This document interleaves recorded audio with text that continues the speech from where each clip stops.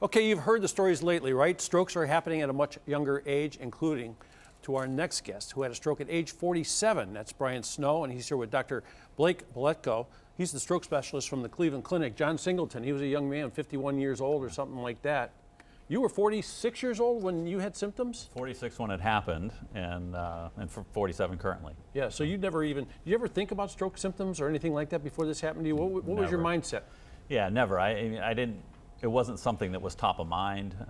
Obviously with mine, it happened because of an incident. I was skiing and took a fall, and that ultimately ended a little bit of a trauma, and which led to complications, which ultimately ended up in a stroke. Yeah, you were lucky enough that somebody recognized the symptoms. So there's pictures from the ski trip, and so you had the fall, but you didn't really have the symptoms until a whole week later. Correct. That's exactly right. Several days went by before I started exhibiting any really signs of like feeling badly or any symptoms that would have led me to the hospital or to a doctor.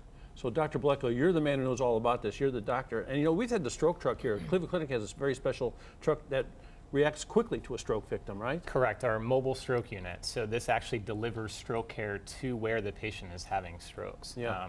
I think, first off, thank you for having us here to kick off Stroke Awareness Month, which is May. Brian's story illustrates that not all strokes present equally, and we're seeing strokes happen in younger and younger populations, which is scary. Yeah.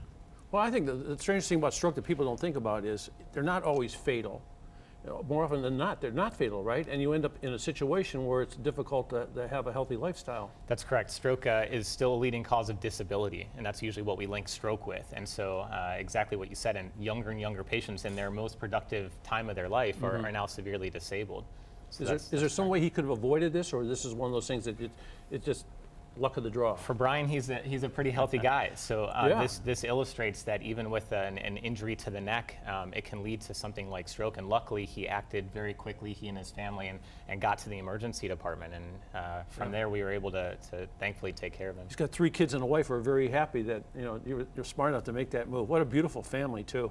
I mean, Thank you. Makes you feel pretty thankful, doesn't it? Absolutely. Yeah. Absolutely. So how about for people, I mean, nobody can plan falling down, but you can plan on getting a little older. Like, are there things we can do to sort of protect ourselves, or are we just looking for symptoms? No, certainly there are things that we can change. High blood pressure, high cholesterol, diabetes, smoking, obesity. These are things that we have. All the fun stuff. We have control over these things. What we don't have control over is our gender, our age, and what our race and ethnicity are. So those are things that we can't change.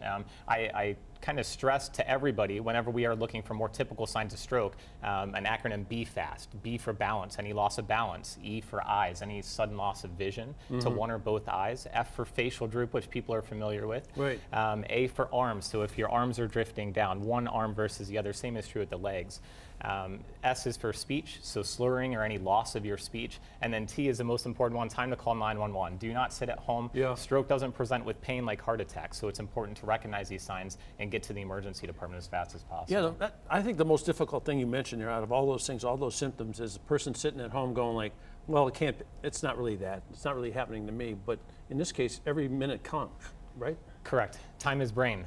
For every minute, every minute that goes by that we don't get blood flow to a certain part of our brain, 1.9 million neurons are lost. Yeah, and I know, like, there was a time when people, if they thought they were having a heart problem, they take an aspirin or something like that.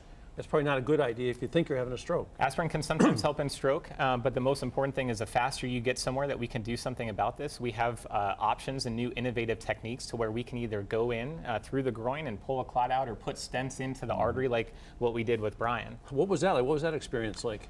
Well, thankfully I was out for most of it, but it did open up that vessel, and I was able to get back to having my day-to-day sort of capabilities pretty fast. Is there a rehabilitation involved afterwards?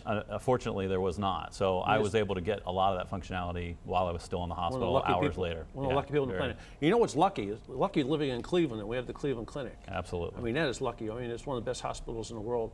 And in fact, you call, you're having a stroke, the Cleveland Clinic, they send a special vehicle for you to make sure that you're getting treatment on the way there, and every minute counts, like you said. That's correct. Okay, this is the month we should remain aware, so be aware.